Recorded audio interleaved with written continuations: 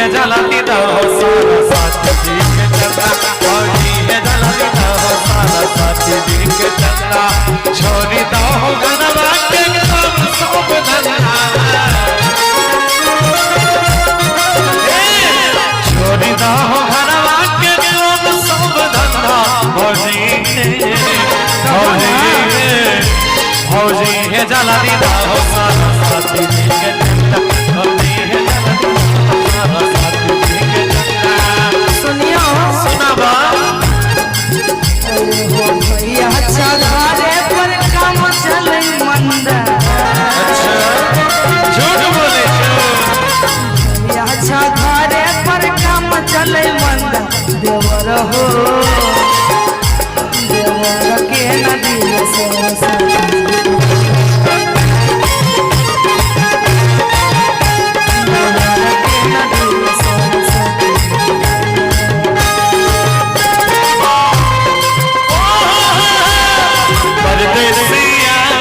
सच है पिया सब कहते हैं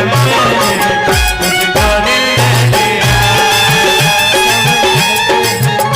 सब कहते हैं मैंने तुझको दिल दे दिया।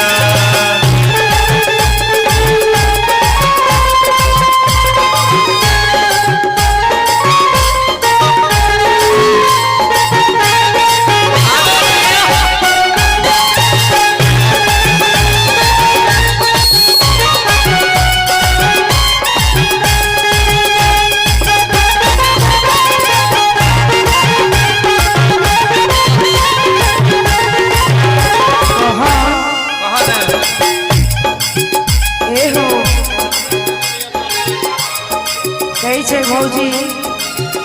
हरे पिछलो साल दिन रिहा सोए का नहीं कई हो बड़ी हाथ नाच सो सजा, आहे भूल गेलो भौजी हमारा लागल रहे खाता, सही बोले छो अब की कोइने छिए उषा यादव के सारा, अरे झूठ बोले छो सही कहे छो ये हो पिछलो मार देने रिहा सोए का नहीं कई हो बड़ी हाथ नाच सो सजा, आहे भूल गेलो हमारा तो लागल रहे खाता, अब की बेर कोइने छिए गौरव के साथ, सुना सुनाबो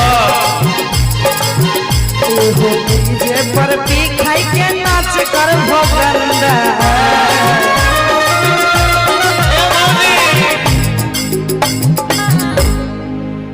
देखिए हम लोग सुधरे हुए लड़के हैं, हाँ अब डीजे पर कनी नया नया जमाना के लड़का आर छिए, दू चार दिन परेशान होय छे त नहीं चले छिए करती, ओय में बुरा की छे बोला ना, लेकिन सोनम के आइन के नचे बहुत बुरा छेबे न केला, देखे छो सोनम को बोलाय लिए बोलाय दा सोनम के, एक बार आवे छे त सब मार के दे छे, तो उ गंदे नाच न देला, नहीं नहीं नहीं अपने आप में सब खून के हो जेते ओकरा अनवा होते, कहे छे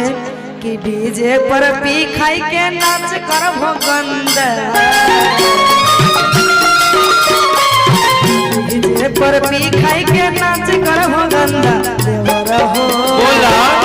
देवर हो देवर के नदी सरस्वती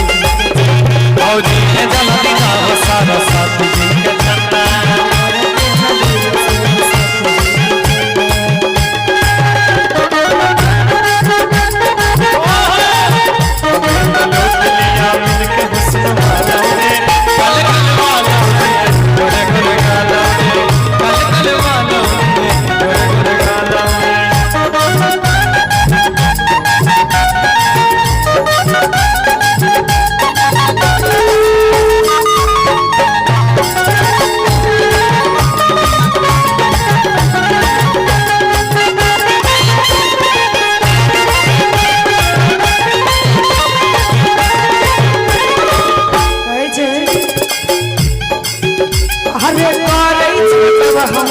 इतना तो जीत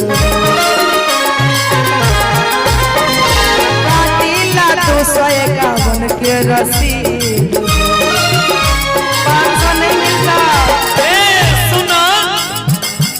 अबरी देख लो केन सिस्टम व्यवस्था केने छिए। अच्छा हाँ अबरी वो सब नहीं चलता। काल गए आहे कोई छिए महंगा वाला पंडाल मूर्ति 200 सदे भोटे है तक के नाम मूर्ति। सुना ना सुना बने एहो काटिला 251 के रसीद हो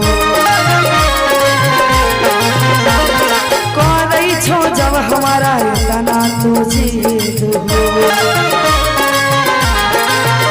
आहे कोई छिए महंगा वाला पंडाल मूर्ति 200 सदे भोटे है तक के नाम मूर्ति।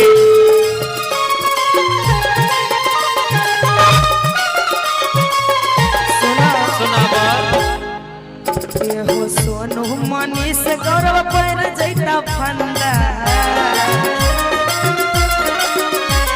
सोनू गौरव पवन से पर जैता फंदा